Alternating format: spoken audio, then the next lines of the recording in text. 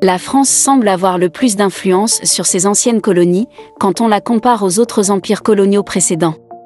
En ce moment, les habitants des nations africaines qui étaient autrefois dominées par la France, prennent position contre leurs anciens colonisateurs, recherchant une indépendance totale vis-à-vis de la France. Une question se pose du coup, quelles actions ou activités actuelles de la France, qui ont entraîné ce ressentiment généralisé? La première ministre italienne Giorgia Meloni a longtemps fait la lumière sur les méfaits présumés de la France, et au lendemain du coup d'État au Niger, certains de ses propos ont reçu une attention particulière. La première ministre Giorgia Meloni a exprimé à plusieurs reprises son inquiétude face aux mauvais traitements infligés aux Africains par la France. Elle a constamment réprimandé la France pour son exploitation présumée des ressources des nations africaines. La France, affirme-t-elle, profite de manière disproportionnée des ressources africaines par rapport aux populations locales.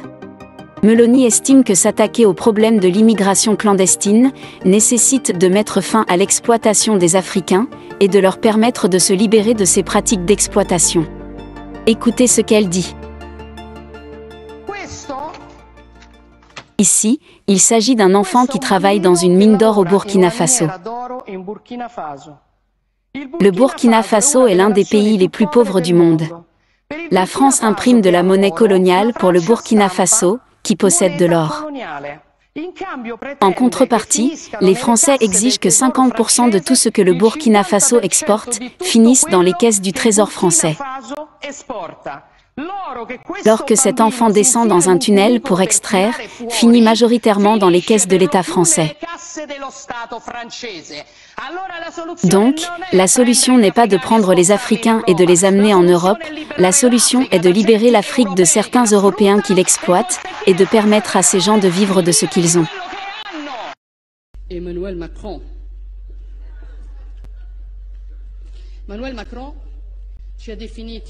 Emmanuel Macron nous a décrits comme dégoûtants, cyniques et irresponsables. Et d'un coup, la presse italienne a commencé à me demander « Avez-vous entendu ce que Macron a dit sur nous? Il a dit que nous étions irresponsables, quelle honte !»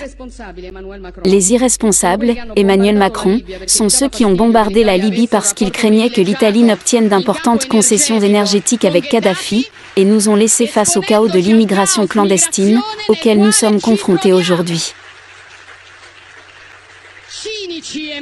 Les cyniques, Emmanuel Macron, sont les Français qui envoient la gendarmerie pour renvoyer tout immigré tentant de franchir la frontière à Ventimiglia.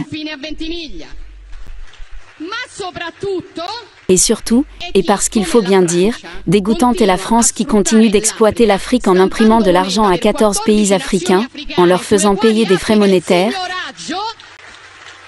et par le travail des enfants dans les mines et en extrayant les matières premières, comme c'est le cas qui se passe au Niger, où la France extrait 30% de l'uranium dont elle a besoin pour faire fonctionner ses réacteurs nucléaires, alors que 90% de la population nigérienne vit sans électricité.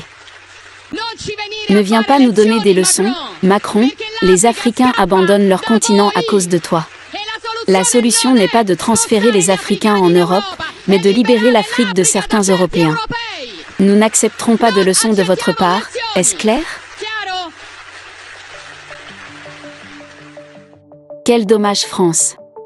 Ce que vous avez fait en Afrique depuis des décennies, c'est vraiment de la méchanceté au plus haut niveau.